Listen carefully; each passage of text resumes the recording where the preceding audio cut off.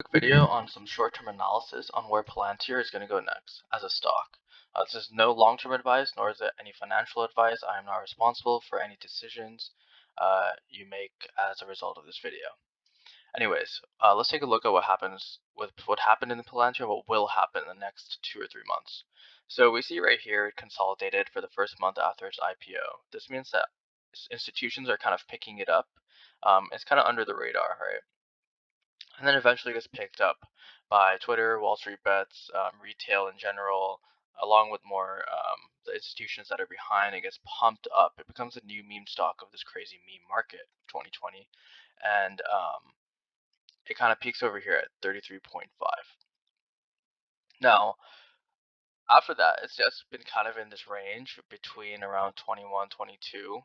This is where people take profits, and then it starts consolidating again. And if we look here, this is a volume chart right here in the background, and we see here that there's a lot of accumulation of the stock at around 26.75. This means it's going to be very, very hard for Palantir to drop under 26.75, and also kind of hard for it to go above 26.75. And you can see this, it's pretty obvious here. It's been kind of 26.75 has been a magnet for Palantir. So if you want to buy in and kind of go with the crowd on this one, go with institutions on this one, etc., you would want to get in on 26.75 around there. If you can get in lower, that's even better.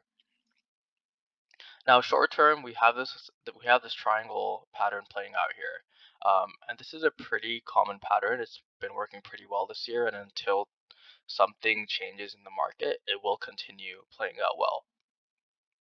So we see here it's consolidating, and it keeps hitting higher lows. So here it was at 21.2, 21.3-ish area, and then it would go up, and then when it would come down, it would maybe hit like 25.12, right here 24.95, here 25.47. It keeps hitting higher lows. This is a really good sign. This means that eventually it will pop. It will pop. It just needs one high volume day to pop past this triangle.